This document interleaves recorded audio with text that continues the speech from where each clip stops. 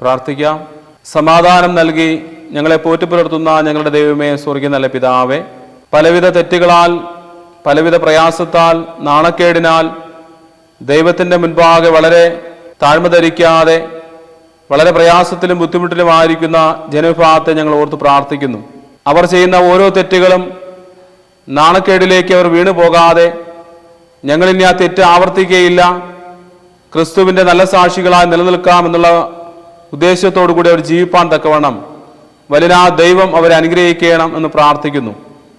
ഒരിക്കലും ഒന്നിനെക്കുറിച്ച് നാണിക്കാതെ ദൈവജനത്തിന് കൂടുതൽ പ്രാധാന്യം കൊടുത്തുകൊണ്ട് ക്രിസ്തു എന്ന ലക്ഷ്യത്തിലേക്ക് നീങ്ങുവാൻ തക്കവണ്ണം അവരുടെ ജീവിതങ്ങളെ അങ്ങ് പ്രകാശപൂരിതമാക്കി തീർക്കണമെന്ന് പ്രാർത്ഥിക്കുന്നു.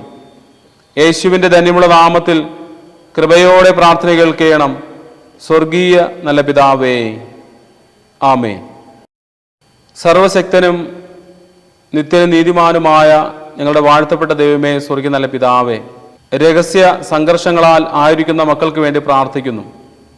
വലിയ ദൈവമേ, രഹസ്യമായിട്ടുള്ള പലവിധമായ സംഘർഷങ്ങളിൽ അവർ വീണു പോകുമ്പോൾ അതിൽ നിന്ന് മുക്തി നേടുവാനും എൻ്റെ ക്രിസ്തുവിലൂടെ എനിക്കൊരു വിജയമുണ്ട്, എനിക്ക് മടങ്ങി വരുവാനൊരു അവകാശമുണ്ട്, ഞാൻ ഒരിക്കലും സംഘർഷത്തിലേക്ക് വീണു പോകുവാനുള്ള മക്കളല്ല എന്നുള്ള പൂർണ്ണ ഉത്തരവാദിത്തോടുകൂടിയും വിജയത്തോടുകൂടിയും ക്രിസ്തുവെങ്കിൽ അവർ മടങ്ങി വരുവാൻ തക്കവണ്ണം വലിയ ദൈവം അവരെ സമൃദ്ധിയായി വഴി നടത്തണമെന്ന് പ്രാർത്ഥിക്കുന്നു.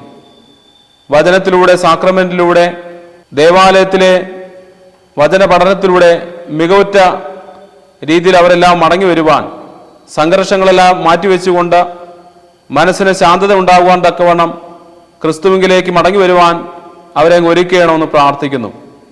യേശുവിൻ്റെ ധന്യമുള്ള നാമത്തിൽ കൃപയോടെ പ്രാർത്ഥന കേൾക്കണം. സ്വർഗീയ നല്ല പിതാവേ, ആമേൻ.